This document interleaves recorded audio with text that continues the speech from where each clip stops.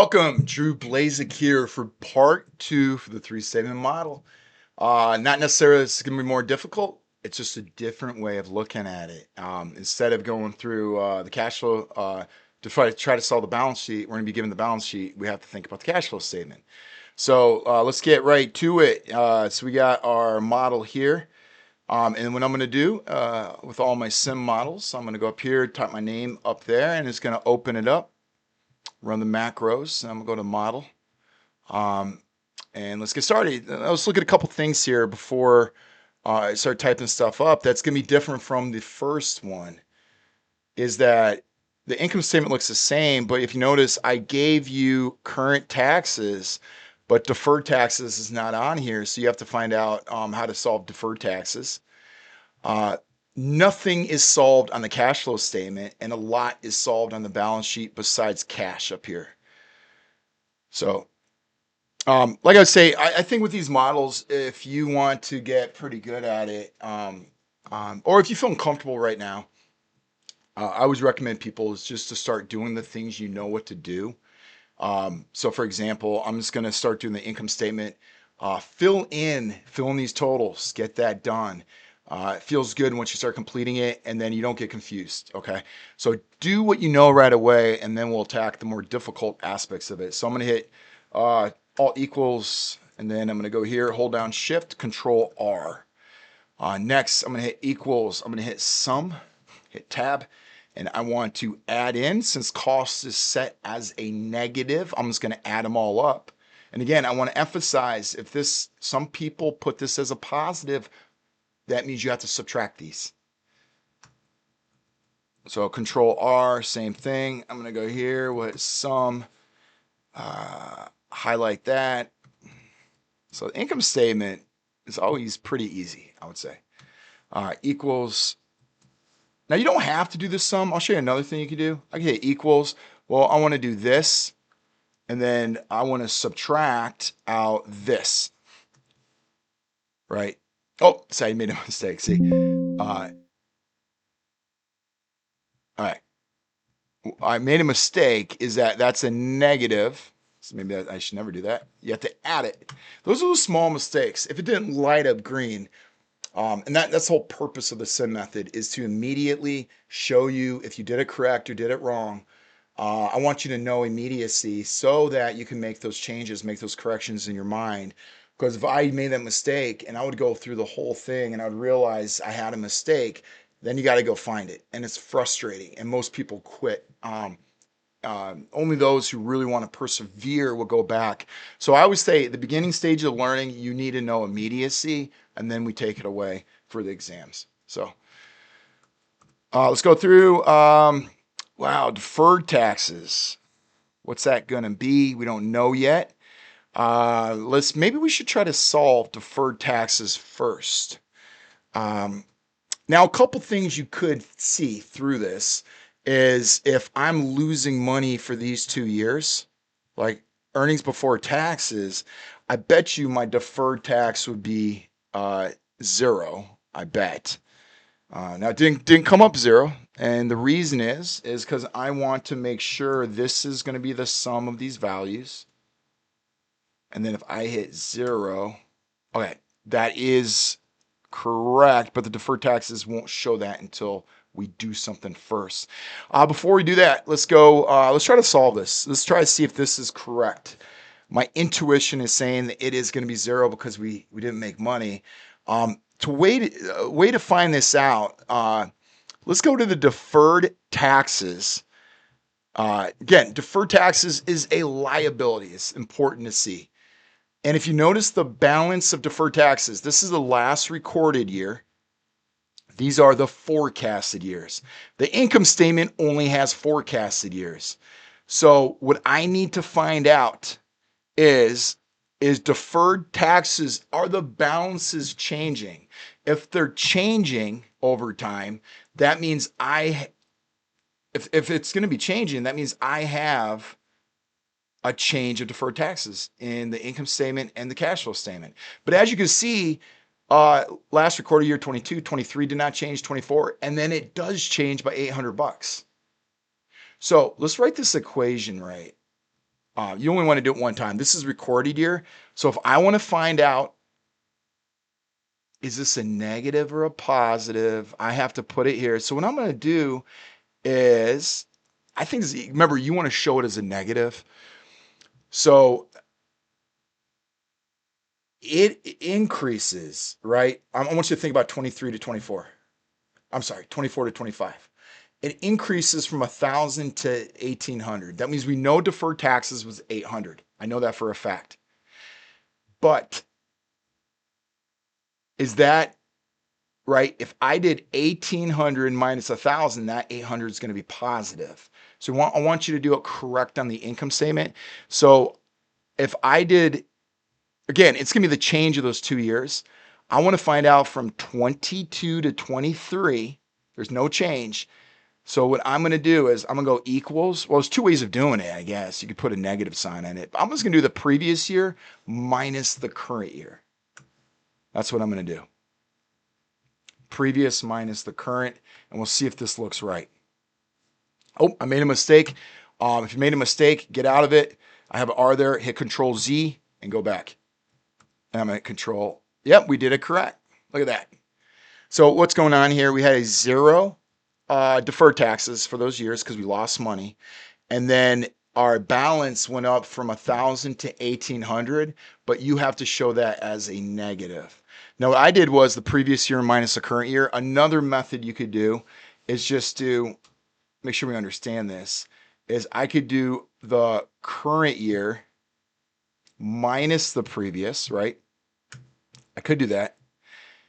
Now 0, 0 doesn't make a difference, but if you do it that way, you want to put a negative sign on the outside, and I'm going to bracket it just to show that, and it flips the sign. So a lot of people get confused there. So I just like to think about on this. I know it went up by $800. Therefore, in 25, I know we had deferred taxes of 800. And then I know it must be in a negative on the income statement because that's how I labeled it. So I don't know if that helps, but it's kind of an easy way to look at it. So let's go net income. Net income is going to be our EBT minus, I'm say plus because it's set up as a negative, this. So we lost money. And that's real important when we go forward. And then we finally made money. Okay, let's go to the cash flow statement. Before we do that, let's do our totals. Let's get all this done on the balance sheet. So I'm going to total that, Control R. That's not correct yet because we got to put in the cash. I'm going to hit this, all equals, highlight over, shift, and then Control R. Next is equity, all equals. Pretty easy, is all totals. And then I need to add up liabilities plus equity. So I'm going to say equals, there's the equity plus the liabilities. Now, they're not going to be correct yet, but we're getting close because I got to put the correct cash in. Well, let's do that right away. So we have our forecasted years. These are our forecasted year projections, and this is our actual. And we know on the balance sheet, the total balance must be the ending balance of the cash flow statement. It's not going to show correct yet because we haven't filled anything out, but the balance sheet is filled out. But how much of the balance sheet? We got 68% correct. Income statement's good. Nothing in the cash flow statement yet. All right, let's go through this. This is a little more challenging because you have to think about the the change in cash through these balances. So cash flow statement, net income. Just remember, we always add that back in. That's very simple. We're just going to link it. Next is depreciation. Remember, I'm going to define the absolute value, or you do a negative sign of depreciation.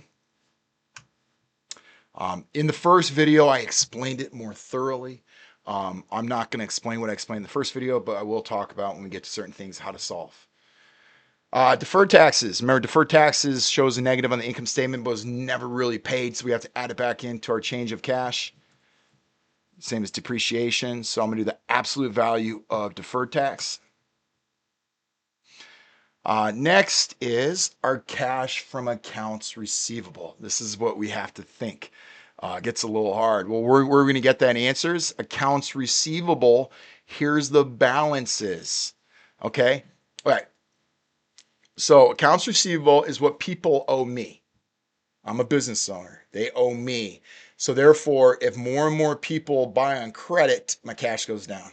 If less and less people buy on credit, but they pay cash, my cash goes up. So as you can see, and remember, assets are a negative relationship. It's a negative relationship to cash. If you want more inventory, use cash. Cash goes down, inventory goes up. If you buy through your inventory goes down, but your cash goes up because you sold it. As you can see, accounts receivable is going down each year. That means less and less people are purchasing on credit.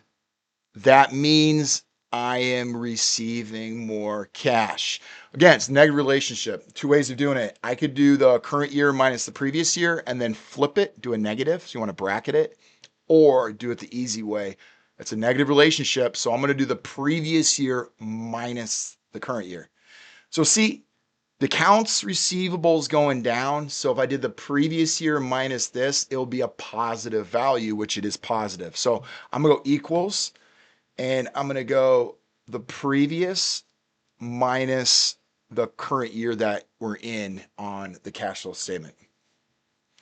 Inventory is the same way, but you notice inventory is going up each year. That means we're using cash. We're buying more inventory. That means inventory is going up, cash is going down. That must be negative. So if I did 2,000 minus 3,200, that would be negative. That would be correct. Get a negative relationship. So I'm going to do the previous minus the current.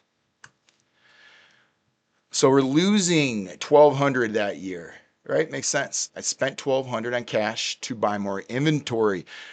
Accounts payable. So accounts payable, that is a liability. If you notice, it went up each year. That's a liability. So if you increase your debt, I go to the bank and get a term loan. I'm increasing my liability. I owe the bank 1,000, 2,000, 4 or 5, 10,000 each year. It's going up in value. That means they deposit cash into my account. My cash goes up. Positive relationship. So if it's a positive relationship, I'm going to do the current year minus the previous. So again, assets are just the opposite.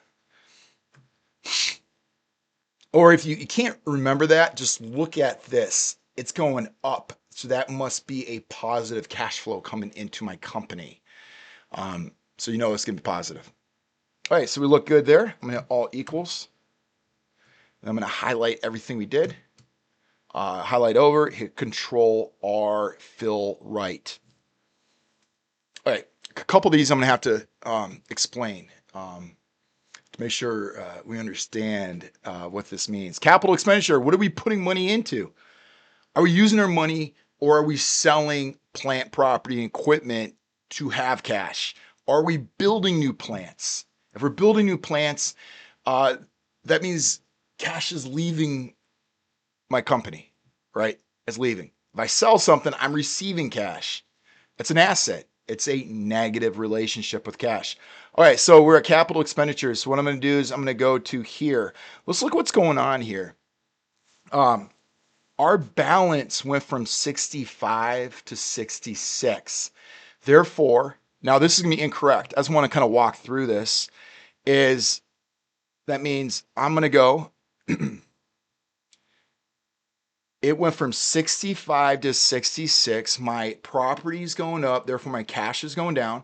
That's a negative relationship. So I'm gonna do the previous year minus the next year. Now this is gonna be incorrect, but I wanna walk through it to understand. So you might say, well, I thought we spent $1,000. But remember, property, plant, and equipment on the balance sheet is, how do you add to it? Well, you do the previous year. That's what we did last video. The previous year plus, or you want to do a negative, flip the sign, but you're adding in all the CapEx spending, right? That CapEx spending, $1,000 is going on to plant, property, and equipment, but I have to subtract out depreciation. So let's go back to that equation. I didn't spend only 1,000 because look, property, plant, equipment went up by 1,000. But how much did I spend on it? Well, it went up by 1,000 because we had to subtract out depreciation. So now watch what happens. If I subtract out, again, if I use this depreciation, I have to subtract. If you use the one on the income statement, which is negative, you add. And I'm going to enter it now. Hopefully this makes sense. I really spent 5120 on CapEx. That only increased my CapEx by 66 because my property depreciated, lost value of 4120. So if it lost value 4120, that's why it's only 1,000 here, but I really spent 5120. So again, what do? We added in the change. I want to know the change of it. Went up by 1,000. Plus, I want to subtract out the depreciation to show how much actual cash went out. That means, yeah. So I spent 5120. That increased it from 65 all the way up to what would that be? 66 or I'm sorry, 7120. And then I subtracted out depreciation to get to 66. Okay. So then what we're going to do here, I'm hit all equals. And then I'm going to have that come over. All right, how is my change of credit, my liabilities going through financing? So again, how are we going to find out? Am I repaying off debt? If I repay off debt, it's going to be negative. That means my balance is going down. Or am I adding to my debt? If I'm adding to my debt, my cash should be going up on the cash flow statement. So let's go to line of credit here. Line of credit is going from 5,000 to 4. So instead of memorizing the equation, I think it's more useful is to look what's going on and think what's going on your cash flow statement, and then you adjust your sign to it. So if my line of credit is going down, right? If your credit card balance is going down each year, I'm using cash to pay it off. So if this is declining, that means my cash is declining, right? I have less liabilities. I'm using cash to do it. So let's go to here, line of credit. I'm going to go equals. This is a positive relationship. So I'm going to do the current year minus the previous year, right? If I did that, it's a negative 1,000.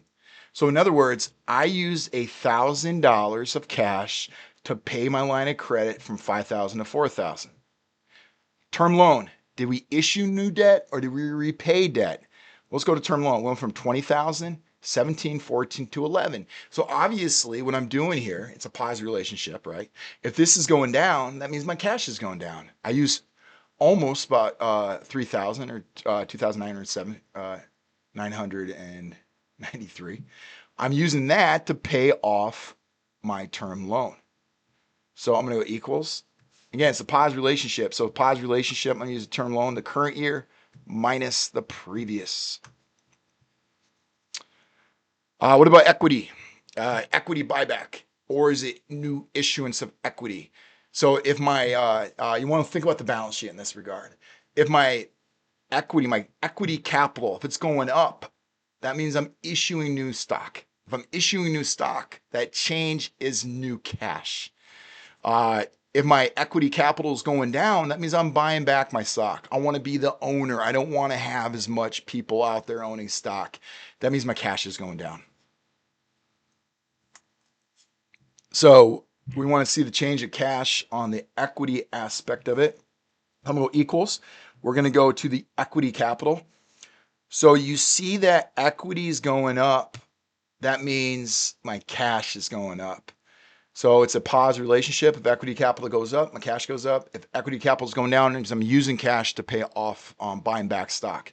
So I'm going to do this here. Again, it's a positive relationship. Do you have to memorize that? No, I think the more important thing is to understand the application behind it. That if this is going up, that means I'm issuing new capital stock and the company's raising money. So then obviously if this is going up, 52,000 minus 34,000 is a positive amount. That's what you want to do. So I think that's the easy way. We added an 18,000 for the company. Okay, now we got a hard one. Payment of dividends. So I'm going to go through it. I want you to see how I do it. And then I'm going to do the wrong way, but you'll see it'll make sense. And then you understand the application behind it. So in the last video, I said there are two ways what you can use your net profit or net income, right? You can do it for, you could pay dividends, or number two, you can retained earnings, reinvest it back into the company. So I'm just going to delete that sheet. I always like typing that up. Give a little visual, I guess, but all right, so payment of dividends. So we want to look at this. So I got retained earnings. If you notice that retained earnings declined, um, so we're using retained earnings for something. It declined in value. It declined again, and then it went up. So I want you first. That's a clue. What's going on here? Decline, and then it went up. Let's go to our net income. Look what's going on in the net income. Our net income was 55. We lost money. We lost money, and then we made money. And I think that makes sense. If you lose money, where are you going to pull out that loss? There's two things you can do. You can take a revolver to pay to make that shortfall for the company for that month, for that year, and you're going to go into debt. You're getting close to bankruptcy. Or you can take that retained earnings, a pot of cash you have sitting there, and you can use that money to pay off the shortfall. So what I'm going to show here is, let's look at the difference. And this is going to be incorrect, but let's look at the change of retained earnings. I'm going to go this year minus the previous. There's no reason to doing it, but I want to show you that value. You see what's going on? That's $5,500. We declined our retained earnings by that amount. Let's go back to the net income. We lost $5,500. So what does that mean? We lost the money and we took that exact amount and we took it out of retained earnings to pay for that shortfall. So what is the answer to the question is, if a company loses money, they're not going to pay common stock dividends. Preferred stock dividends is a different story, but we don't have that example. But I want you to see that we're not going to pay common stock dividends. So I'm going to hit all equals. So it's really quick, is that if net income declined, again, 1,380, I suspect that our retained earnings declined for those years by the same amount. So let's find out. Here's retained earnings. I'm going to take the 8120 minus this, and that's the 1380. So right away, you know that this is zero dividends, because we're not going to pay dividends if we lose money. All right, so let's kind of move this over, and then I'll move this one over. And we did this correct, but I want to talk about the dividends because I didn't do a function that's dynamic to do it. Now we have to solve, what is our dividends? How much? Remember, this number is always negative. That's an important thing. So instead of getting a complicated formula, go, I got to have it negative. I would just find out how much is the dividend pay. And if you got a positive value, just flip it to a negative. And that's what I'm going to do to show you how this works. This will not be zero, right? So I'm going to delete. The reason why it's not zero is because we made money. So how do we find out how much money did we make? So what I'm going to do is I'm going to pull in the net income. Hopefully this makes sense. There's two things you can do with net income. I'm going to take the net income. You could pay dividends, retain earnings. So if I take the net income and I subtract out the change of retained earnings, the difference between that must be the dividends, right? Two things you can do with the money. So what I'm going to do here is I took the 2076. I just want to see, and this is not going to be correct right away. I just want to see what that total value would be. So what I'm going to do is I'm going to subtract out, hopefully this makes sense, and I'm going to bracket this. Look, retained earnings. See how retained earnings went up? 8120, so we added to it. So some of this money went to retained earnings, right? We made money. So it's going to go to dividends, going to go retained earnings, a certain percent. So what I'm going to do is I want to find out how much did retained earnings, so I'll put it in a bracket, how much did it change from 25 to 24? So you can see it's under $2,000. So you know what? Look, I'm going to go to that equation I just did. I'm going to take out the net income and that negative just to show you that is what we added to the retained earnings for that year, right? That makes sense. 10,000 minus this, we increased retained earnings. That's what this increased by. So now I'm going to put it back in here. If that's what it increased by, I'm going to take our net profit, our net income, and I'm going to subtract the change of retained earnings. Therefore, the difference between our net income and retained earnings change must be the dividends. So I'm going to equals. So now, now a lot of people will get that 186 and they're going to say, "Oh, I did it incorrect." You didn't do it well. You did. It's not a final answer, but the 186 is correct. The 186 is correct.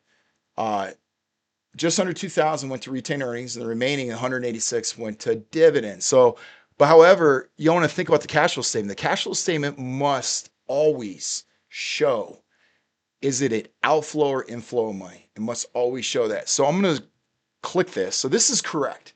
I just want you to know that. And then what I'm going to do is I'm going to bracket that entire function, and I'm going to flip that 186 to a negative, because really it's an outflow of money. Dividends is never positive on the cash flow statement. It's either zero, but we don't take the stockholders and take a reverse dividend from their income and pull it in. That'll be a positive value then. It's always negative. So I'm going to take a negative, and then I'm going to bracket it, the entire function, and then that's going to flip the sign to a 186. So that has to be a negative. So I wanted to show that hopefully it makes sense how I came up with 186. You just have to flip the sign. Well, another thing you can do if you don't want to make it dynamic, doesn't matter. You could have done this. Once you find out it's 186, you say negative. Actually, I don't know if this works. Hold on. It does work.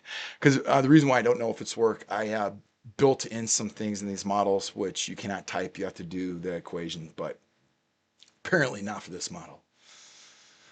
So let's go to our grade. Let's see what's going on here. 100% income statement, 82% here. Balance sheet, 68%. Final grade, 68, because we still got those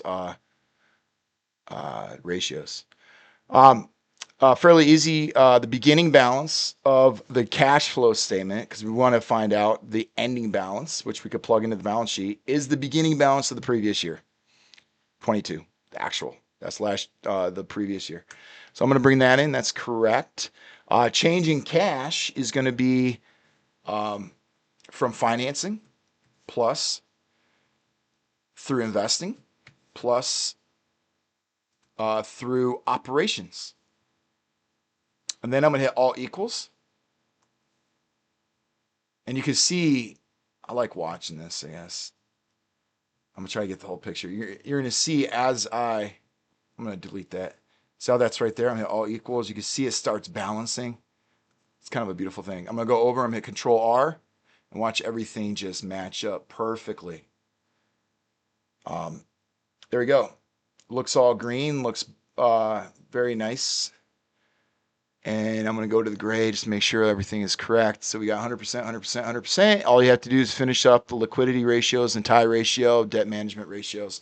With those ratios, look up the PowerPoint. And I believe I'm going to have on this course, you'll see it. I'll have all the equations listed under a page called ratio equations or something like that. So, well, there you go. Just want to show that. Hopefully that makes sense. And I highly recommend for those. Remember, most of you will be taking an exam in this. On the exam, the grade is going to be hidden, and I take the green cells away. So it's imperative. It's going to have different numbers too. But the model's the same, and you have a certain period of time to get it done. Okay. So it is so important for you to practice and get good at this. And I would say when I first took the CFI, I struggled with this. I was like, and the reason why I struggled with it is because you're not thinking of if it makes sense. And that's why I created these worksheets. I want you to know immediately if you got it correct so you could practice certain things instead of the frustrating thing about it. If you didn't know if it lit up green, you got to wait till the end. You got to see the balance sheet. It's not balanced. So like, I made a mistake. You have to go back into it. And even if the balance sheet is correct, you still could make a mistake on the income statement, which would not affect the balance sheet. So it's so important for you to go through this a few times. So what's the moral of the story? Hit that practice reset, go over through it a few times. And once you get it down, now I would say once you complete it, if I ask this as an assignment for you to upload, remember, you have to save it through a different, I want you to save it as a normal Excel file. Go back to your learning management system, Canvas, and download it again. And then you could have a practice sheet, and then you have your completed version. You could hand it in. But again, I would practice this over and over and over. Once you do it a few times, you talk yourself through it, understand the method, and understand the reasoning why I did the dividends the way I did it. Then you could solve anything on the financial statements. So that's it. I would say God bless. Let me know if you have any questions. Again, you got those two models. One is you have to solve the cash flow statement. The other one, you have to solve the balances on the balance sheet.